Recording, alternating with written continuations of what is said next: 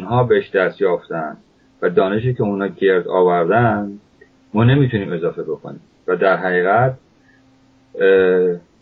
کوشش ما چیزی جز بازگرداندن مطالب اونها به زمان حاضر نیست.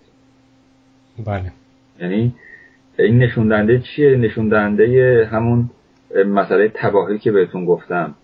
یعنی اتفاق افتاده، گسستی که به وجود اومده در حدیه که زمان حاضر، زمان فتح شدگی، زمان گشودگی ایران با زمانی که ایران بر مبنای مفاهیم تمدنی خودش ایستاده بوده اصلا قابل مقایسه نیست. بله. ایران زمین خورده و اون موقع ایران ایستاده بوده و دانشمندان این زمان کاری جز نگریستن در اندام بلند دانشمندان قبل از خودشون ندارند و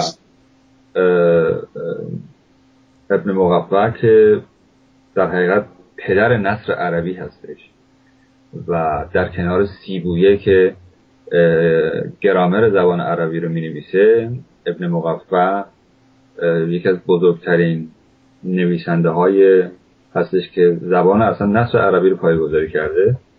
میگه که حقیقت آن است که ما در این گونه کتب به مطلبی بر نخورده ایم که نویسندگان هرچه بلیغتر آن به نتیجه و مقصودی رسیده باشند که پیشینیان سبقت نگرفته بدان دست نیافته باشند، نه در تعظیم و بزرگداشت خداوند و واداشتن به توجه به او و درخواست از او و نه در کوچک شمردن دنیا و بی‌اعتنایی به آن و نه در نگارش اصناف علم و جدا کردن اقسام و دسته‌بندی اجزا و روشن ساختن راه‌ها و توضیح مبانی و مآخذ آن و نه در نشان دادن صورتی از صور ادب و نوعی از اخلاق.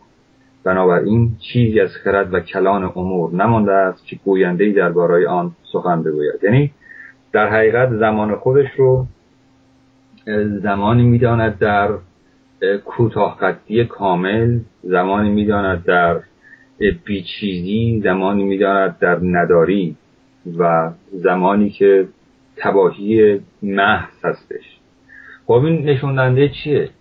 نشون دهنده این هستش که بعد از سقوط تیسفون جنبشی آغاز میشه که تلاش میکنه در بازسازی، یعنی برای به دست آوردن آنچه که ایران زمین توسط تیغ اسلام ازش ربوده شده و اون هویت و آن کیستی تمدنی خودش هست. متوجهی؟ بله. وقتی شما میپرسید که چرا جنبش فرزندان کوروش، خب این نامیه که ما یک نام نوعی است بر امر کهن. درست. ما به هیچ وجه نباید این تصور رو داشته باشیم که این رستاخیزی که امروز شما میبینید و این فراورهایی که میبینید بر گردن جوانان ایران زمین آویخته میشه و این تشنگی و این درخواست ژرف برای دانستن، برای نگاه کردن به خویشتن خویش، این به هیچ وجه امر نوینی نیست و اشتباه بزرگی خواهد بود که این رو با سیاست، با متر سیاست بخوایم اندازه بگیریم. من همیشه در مقاله گوناگون اشاره کردم که مسئله ایران مسئله تمدنیه، مسئله سیاسی نیست. درست.